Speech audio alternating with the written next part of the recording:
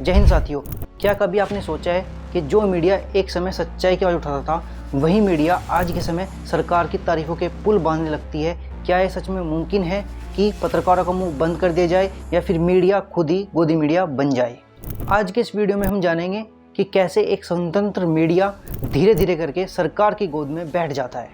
हम बताएंगे वो तरीके, वो साजिशें, वो दबाव जो मीडिया को सरकार का प्रचार तंत्र बना देती है। अगर आप भी जानना चाहते हैं ये चौंकाने वाली सच्चाई, तो वीडियो को अंत तक देखिएगा। आइए शुरू करते हैं आज का ये सफ़र और खोलते हैं उन राजों से पर्दा जिन राजों को आम आदमी से छुपाया जाता है। वैसे तो हर एक व्यक्ति जिसके पास एक स्मार्टफोन है वो चलता फिरता मीडिया है, लेकिन 2014 से पहले ऐसा नहीं था, क्योंकि 2014 में 13.5% लोग, 2015 में 14.9% लोग, 2016 तक 16.5% लोग इंटरनेट पर मौजूद थे। और इसी साल 2016 में जियो की शुरुआत होती है और जियो की शुरुआत होने के बाद 4G की सेवा 6 महीने के लिए फ्री कर दी जाती है। और 6 महीने के लिए फ्री हो जाने के बाद सेवा जियो इतनी तेज़ी से दौड़ लगाता है कि 170 दिनों के अंदर जियो के ग्राहक 100 मिलियन के पार कर जाते हैं। और 2018 तक आते आते इंटरनेट पर 28.5% लोग इंटरनेट पर आ चुके थे। लेकिन कमाल की बात यह है साथियों कि 2018 में इकोनॉमिस्ट टाइम में एक रिपोर्ट छपती है जिसमें बताया गया था कि कैसे मोबाइल फ़ोन चुनाव में बीजेपी का एक अहम हथियार बनता जा रहा है। फिर नरेंद्र मोदी ने 2014 के शुरुआती शासन से ही उनकी पार्टी और सरकार ने एक फंडा अपना लिया था कि मीडिया से कोई भी व्यक्ति बात नहीं करेगा, सीधा नागरिकों के पास हमारी बात पहुंचनी चाहिए। और मुख्यधारा की मीडिया से 2014 से लेकर 2019 तक प्रधानमंत्री जी और उनकी सरकार ने बिल्कुल भी बातचीत नहीं की, कोई भी प्रेस कॉन्फ्रेंस नहीं की गई। सिर्फ और सिर्फ नरेंद्र मोदी जी 2014 से लेकर 2019 तक ज़्यादा से ज़्यादा फेसबुक अकाउंट या फिर ट्विटर हैंडल से ही अपनी पोस्ट डाला करते थे और उनके माध्यम से ही डायरेक्ट नागरिकों से बात किया करते थे। एक तरफा एकालाप हुआ करता था। इसी बीच 2014 में एक एडिटर्स गिल्ड ऑफ इंडिया की रिपोर्ट आती है। उसमें उन्होंने एक बयान जारी किया कि प्रधानमंत्री कार्यालय में मीडिया इंटरफेस की स्थापना में देरी करके कार्यालयों में मंत्रियों और ब्यूरोक्रेट्स को पहुंच को प्रतिबंधित करके और देश विदेश में सूचना के प्रवाह को कम करके सरकार अपने शुरुआती दिनों में एक ऐसे रास्ते पर चलती दिखाई दे रही है जो चलता है लोकतांत्रिक विमर्श और जवाबदेही के मापदंडों के विपरीत। लेकिन इस तरह की आलोचना और सवालों से प्रधानमंत्री नरेंद्र मोदी और उनकी सरकार को कोई फ़र्क नहीं पड़ता और ना ही वे किसी के सवालों का जवाब देती हैं। यही सिलसिला उनका लगातार चलता रहा और फेसबुक अकाउंट और ट्विटर हैंडल से ही वो पोस्ट करते रहे और नागरिकों से सीधी बातचीत करते रहे। और जब ये पोस्ट की जाती थी तो यही पोस्ट मुख्यधारा मीडिया में एक तरीके से न्यूज़ का काम करती थी और यही रोज़ाना पर डे न्यूज़ में दिखाई जाया करती थी। इसके बाद फिर प्रधानमंत्री ने आम इंडिया रेडियो पर मन की बात कार्यक्रम शुरू किया और यही मन की बात कार्यक्रम ज़्यादा से ज़्यादा मीडिया में कहानियों के रूप में दिखाया गया और इसको ज़्यादा से ज़्यादा लोगों में प्रसारित किया गया, क्योंकि मीडिया के पास और दूसरा काम शायद था ही नहीं। फिर इसके बाद स्वयं सेंसरशिप में वृद्धि होती है, यानी कि जो पत्रकार है वो सभी मुद्दों पर रिपोर्टिंग नहीं कर सकता, सिर्फ कुछ ही सिलेक्टिव मुद्दे होंगे जिन पर पत्रकार को रिपोर्टिंग करने की अनुमति दी जाएगी। और फिर इसके बाद इंटरनेशनल प्रेस फ्रीडम रैंकिंग में भारत का जो स्थान था वो 3 पायदान यानी कि 3 रैंक नीचे घटकर आ जाता है।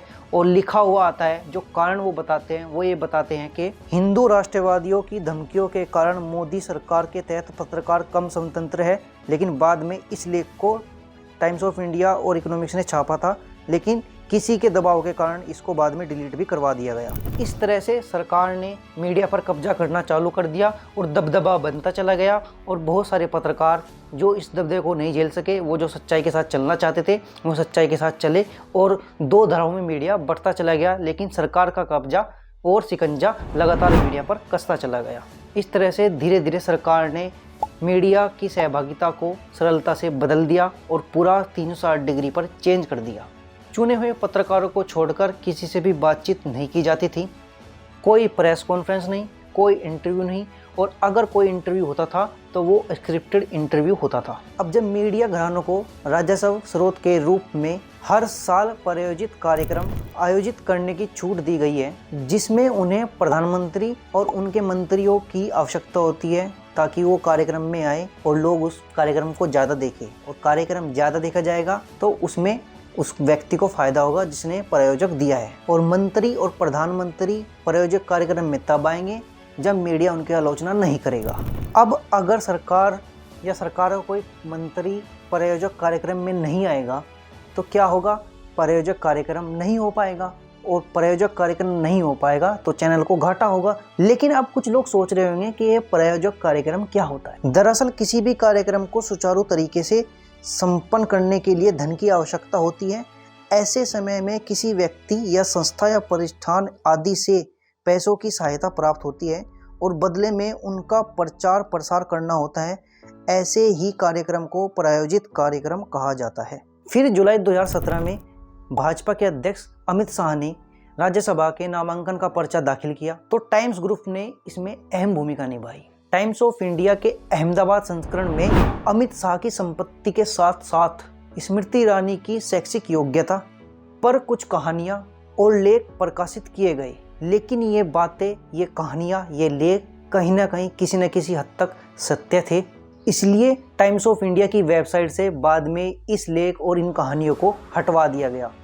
किसने हटवाया वो आप सोचते रहिए। फिर अगस्त 2018 में बीजेपी के आईटी सेल के प्रमुख अमित मालवीय ये भविष्यवाणी करते हैं कि आने वाले समय में चुनाव मोबाइल फ़ोन से लड़े जाएंगे, जिनको व्हाट्सएप चुनाव कहा जाएगा।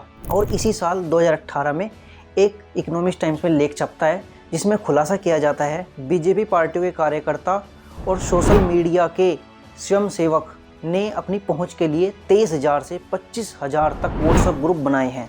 और इन व्हाट्सएप ग्रुप के सिर्फ 2 ही टारगेट थे, विपक्ष पार्टियों की छवि खराब करना और नरेंद्र मोदी की छवि को देवता के रूप में दिमाग में लोगों के बैठा देना कि नरेंद्र मोदी ही देवता है।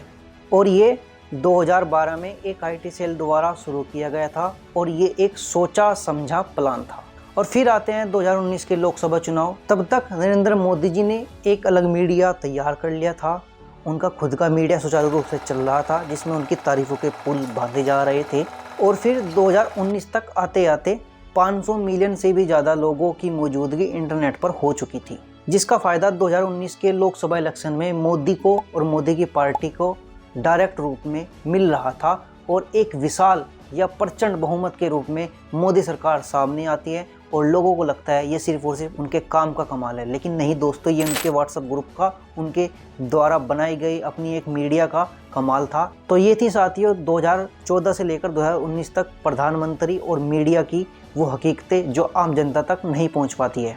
बाकी अगर आप जानना चाहते हैं 2019 से लेकर के 2024 तक की वो सभी हकीकतें, वो सभी साजिशें, वो सभी दबाव, जिनके बाद से बाद एक से एक पत्रकार मीडिया चैनल को छोड़ते चले गए और रवीश कुमार जी ने एक उनको नाम भी दिया गोदी मीडिया, उन सभी के बारे में, उन सभी साजिशों के बारे में, उन सभी दबाव के बारे में, उन सभी रवैयों के बारे में अगर आप जानना चाहते हैं तो वीडियो के नीचे कमेंट जरूर कीजिए। हम आपके कहने पर इस वीडियो का दूसरा पार्ट भी अवश्य बनाएंगे। तो वीडियो को शेयर करें, लाइक करें। धन्यवाद।